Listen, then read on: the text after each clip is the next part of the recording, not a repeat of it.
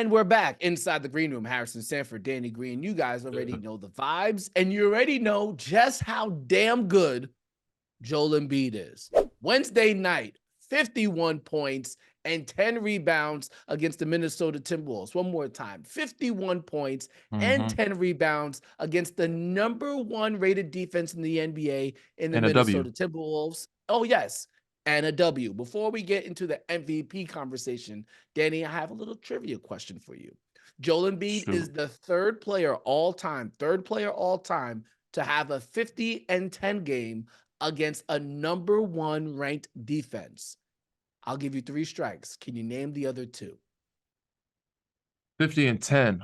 I'm gonna say 50 and 10 against a #1 defense. I'm gonna throw Bron in there. Strike number 1. Ooh, 50 and 10. Kobe. That is correct. That's 1. That's 1. I feel like these are all guards, no bigs in this, correct? Probably no bigs. I didn't say I was giving away clues. He's a third, so there's only 2 other people. There's only one other person?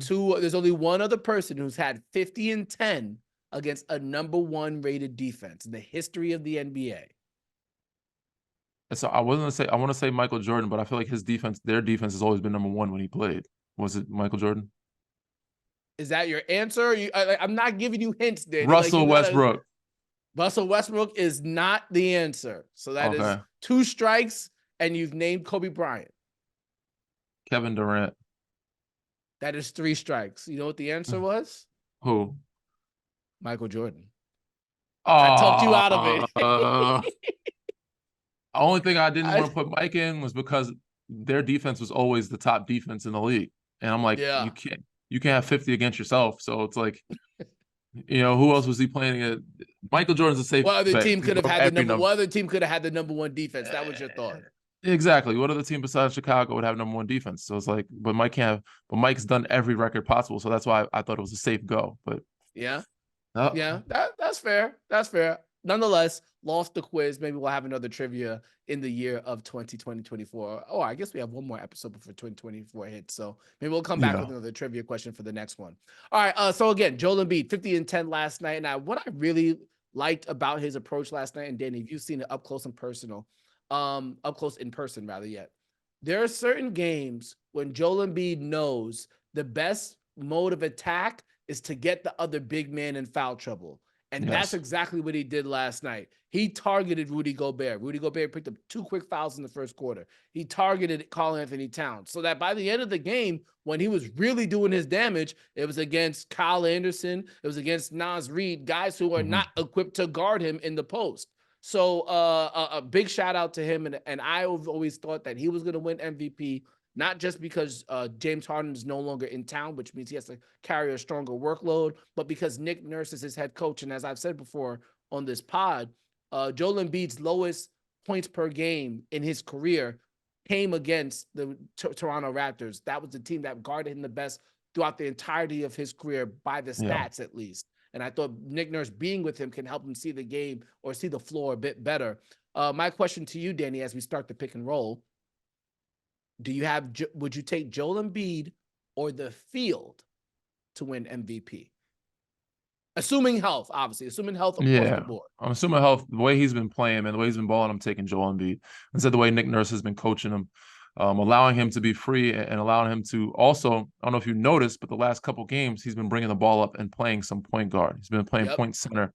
So not only is he attacking the big from the top of the key on one-on-one, he's able to find guys in the wing to make that kick so they can't double him from there. If they do double, it's easier for him to find open man. In the post, it's a lot harder for him to make those plays and passes.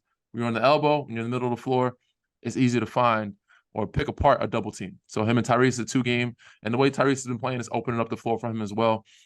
But I'm definitely picking Joel. The way he's been playing at a high level against the free throw line. And more impressive to me is just how they focused and locked in and bounced back after a tough loss against Chicago, which they shouldn't have lost. No Zach LaVine, DeMar didn't play his best, but Kobe White and Vucevic was really tough against them in Philly. It came out hot.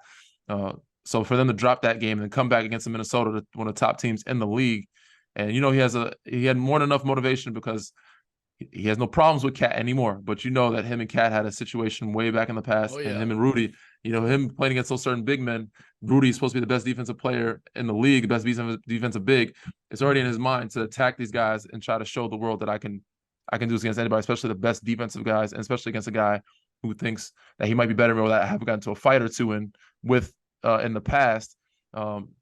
After a loss, and more than enough, no need for extra motivation, but more than enough for him to come out there and prove himself and also win the game, not just get his 50 and 10, but win the game.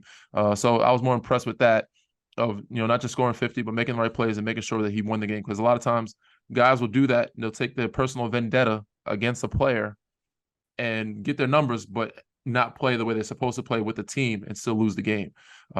So yeah, it was a good bounce back game for Philly all around, and for him, a hell of a win, a hell of a game, and just another reason for people to vote for him for the MVP candidate. Yeah, I don't think anybody else is going to come close to him. I think a Shai Gilgeous-Alexander could come close, especially if OKC stays in that top 3 in the Western Conference.